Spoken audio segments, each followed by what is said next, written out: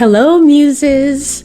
I'm Erica Papillion-Posey, your host, and welcome to the introductory episode of, drumroll please, Musings of a Mezzo, where you can find inspiration in the arts, culture, and lifestyle, all things muse-worthy.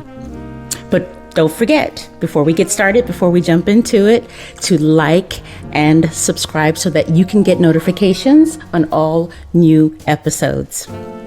So why Musings of a Mezzo? Where did that come from? What is a muse? And what is a mezzo, or more specifically, a mezzo-soprano?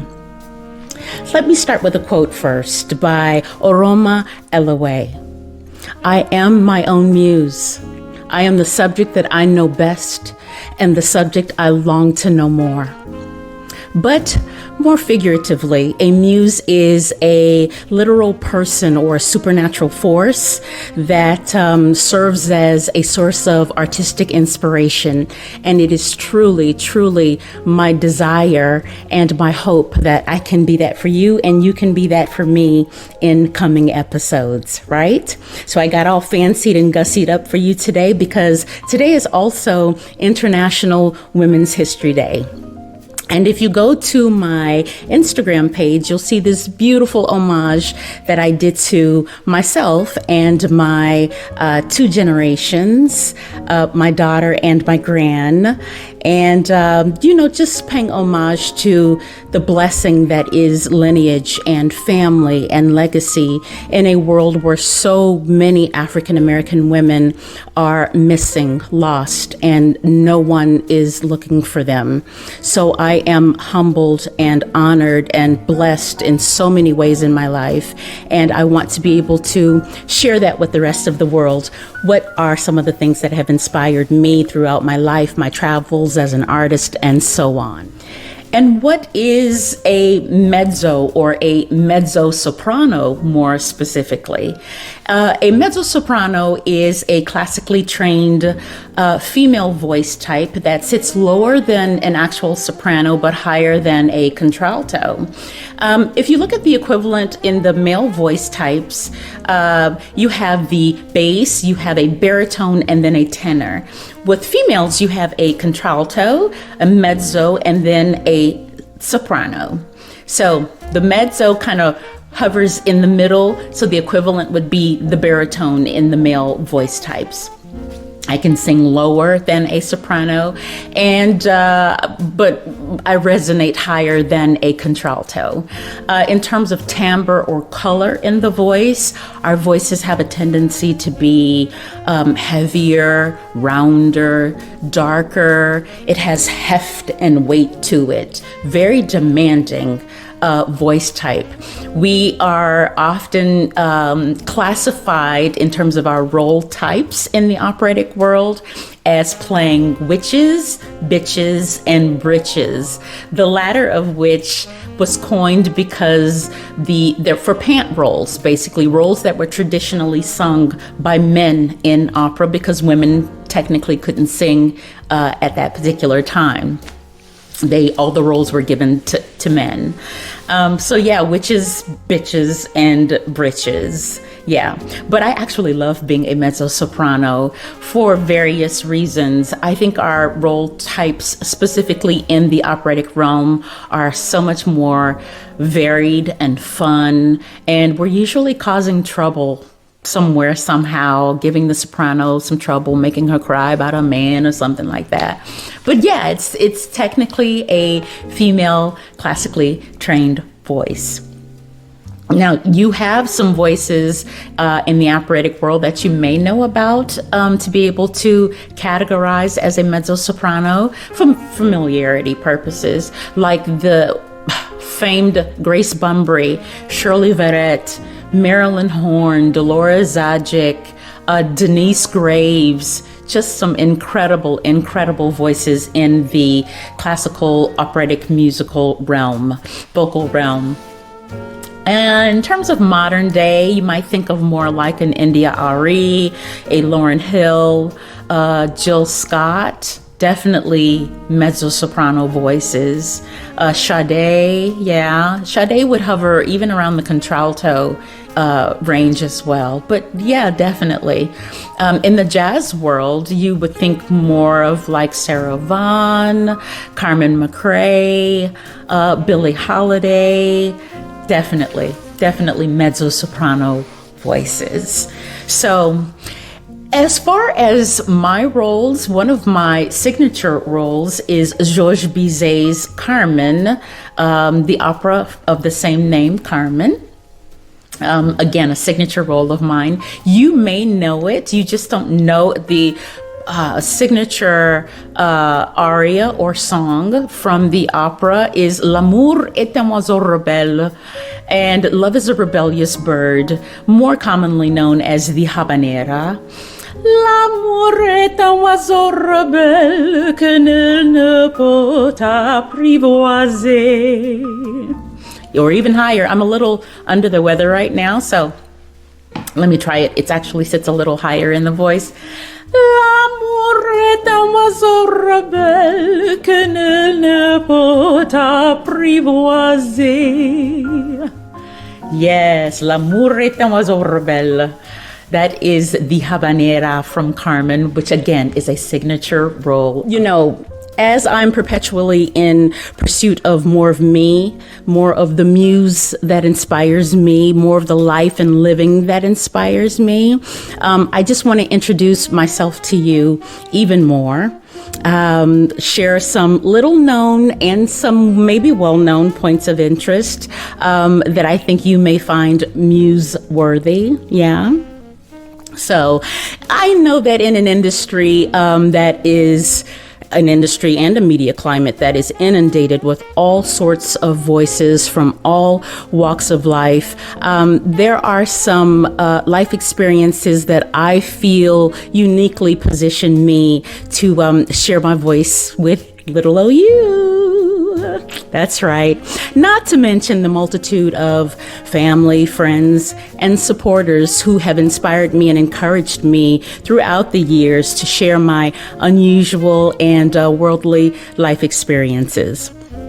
Of, you know, many experiences that I've had in my global travels as a classical and jazz performing artist, a songwriter, a recording artist, and an author. That's right. Many of these big and small moments have stimulated and informed my artistry as well as my womanhood. And I'm honored and humbled to share some of those tidbits with you today. Yeah. Well, from the beginning, and when I say from the beginning, I mean the very, very beginning. My life has been sort of an opera in and of itself in so many ways, which we'll certainly discuss more in coming episodes. So how fitting that I am a classically trained vocalist, again, a mezzo-soprano with an emphasis in opera and jazz. So to start with a little background information, I hold a Master's of Music degree from the University of Denver in vocal performance with an emphasis in opera and in jazz. I also hold a bachelor's degree from the Metropolitan State University of Denver, again, with an emphasis in music. And I also hold an associate's degree in business management from Platt Business and Technical College. In addition to my live performance schedule, I'm an indie recording artist. I executively produced, wrote, and co-wrote music and all of the lyrics for each of my 4 recordings, professional recordings, on my own label and publishing company. That's M Butterfly and E Papillion-Posey. That's E Papillion-Posey Publishing. That's right, I run my own publishing company as well. My first professional jazz recording I released in 2015, The Standard Reimagined, which is a collection of some beloved jazz standards performed, celebrated throughout the years. My second recording was in 2017, and it's called From the Deep. My first time actually writing the lyrics and co-writing the music for an album, and it was a wonderful experience and gave me the bug to do it again. My third recording, 2019, Better Angels. It was definitely what we would call a passion project that I absolutely adore to this day. You might have heard some of it in my Instagram and Facebook pages that you can go and follow, of course, particularly in the post that I did today with my girls and I. And it really was a love project. It really was. Better Angels 2019. You can pick it up in my shop at my website, papillion-posey.com/shop, and also on any of my social media platforms. My fourth recording, I am working on as we speak, and it is due for release this year. Fingers crossed. COVID really put a wrench in many things for many people, and I, of course, was no different in being affected by this pandemic that took the lives of so very many. So I am blessed and honored to still be able to do what I love. Yes, it was backed up. Yes, it has been delayed, but onward we go.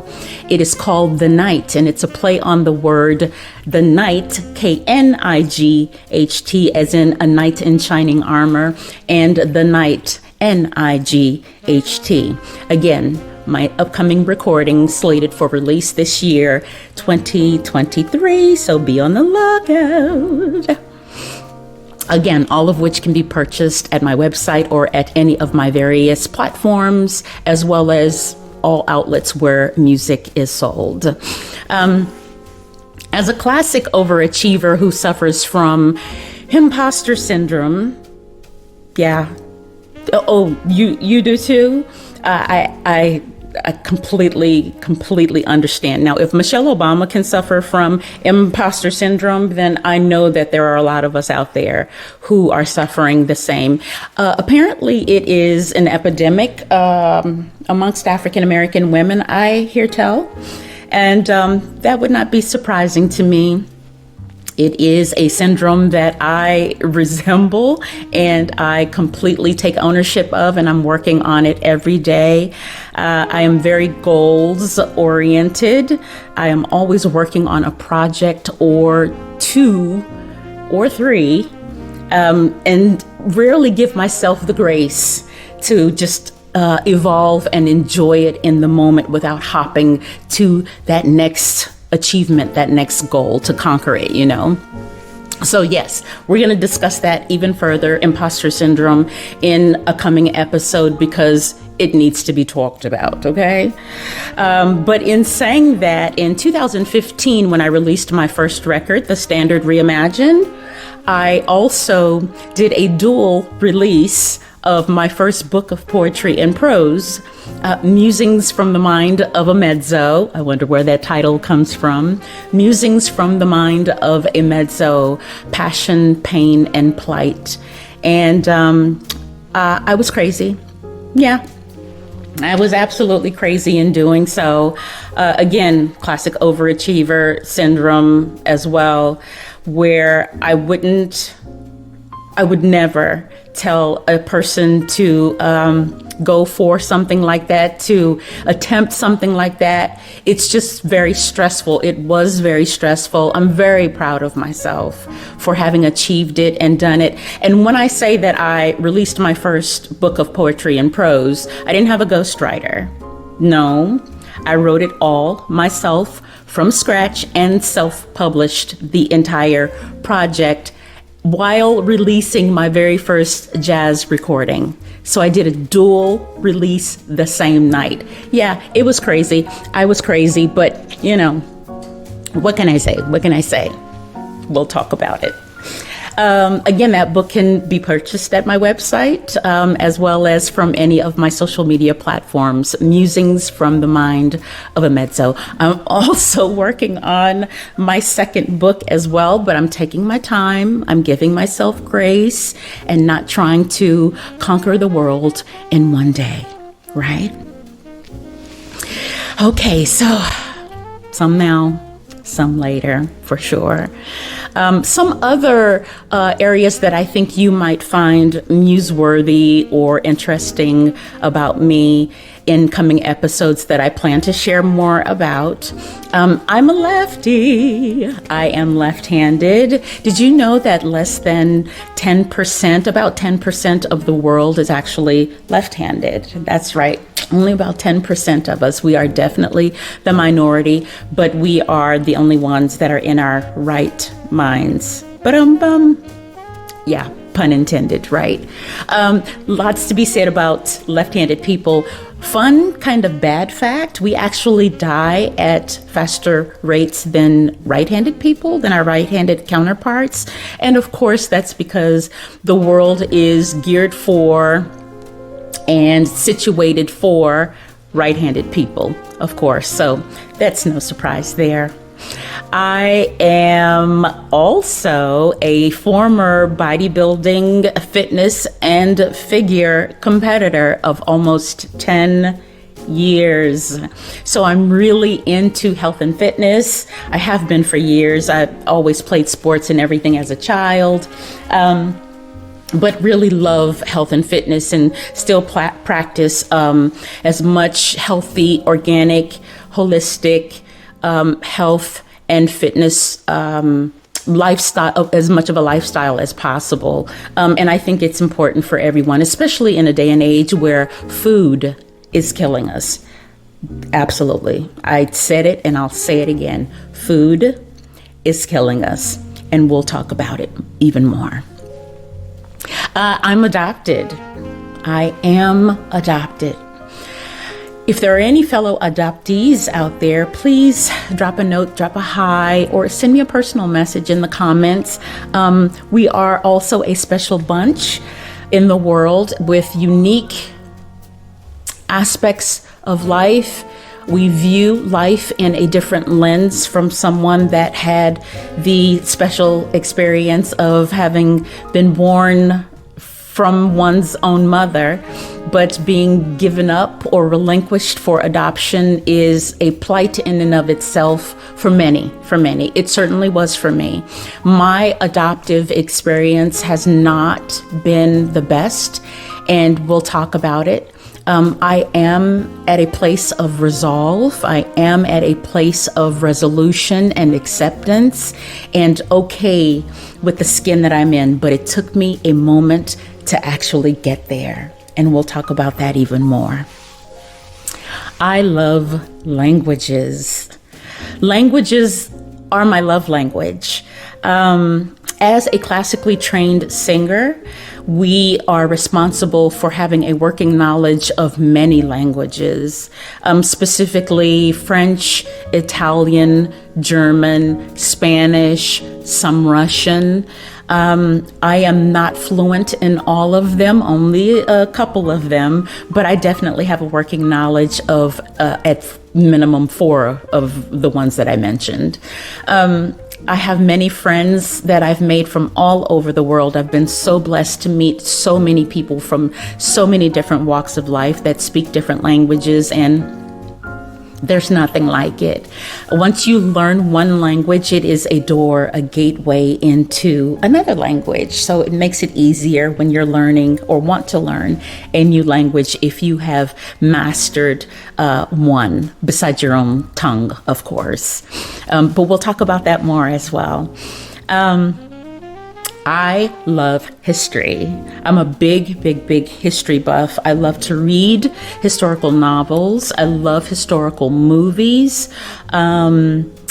Specifically European history. I'm obsessed and fascinated with European history for many reasons. If I could live any place else in the world, it would be Europe. it would. There's a different treatment of African Americans in Europe. I have been welcomed and honored and respected and loved and embraced in Europe in a way that I still have not been here at home in the States. And I will always have a love and adoration for my friends throughout Europe. So if you know of any performances available or coming up in Europe, hire me. I go from time to time. My manager is from Nice, and I have the fortunate pleasure of being able to perform there often. So I go back as much as possible. Europe. Maybe we'll plan like a meet and greet in Europe or something like that, and I can be your personal tour guide. We'll talk. Let's see, what else is there?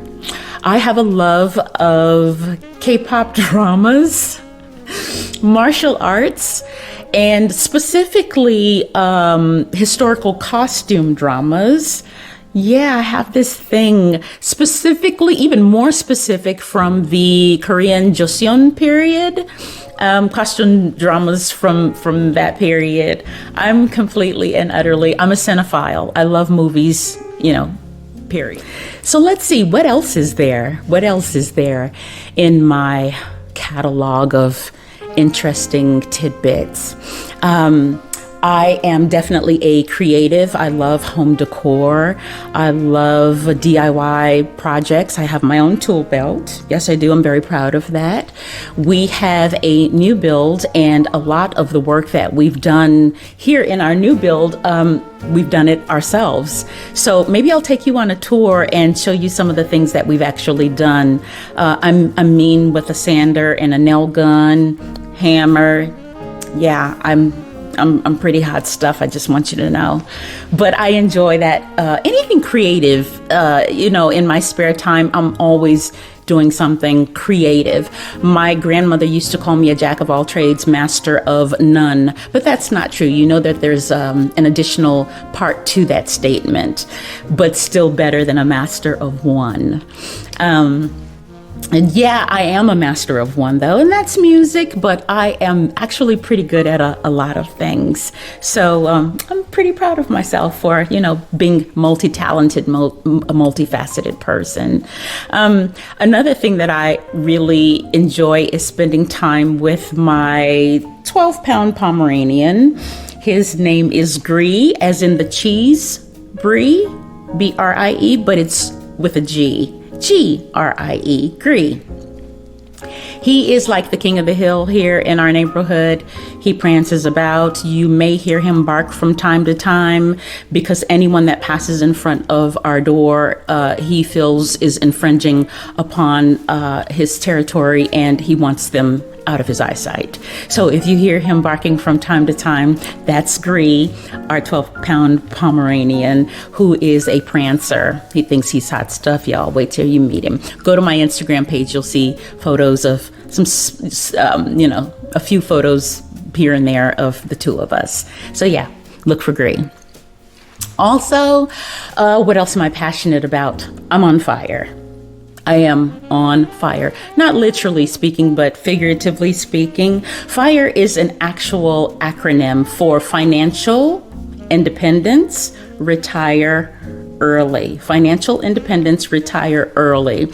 And it is a movement that prioritizes saving 50% of your earned income and investing it basically so that you can retire before the age of 60. So that is my goal, is to retire well before the age of 60.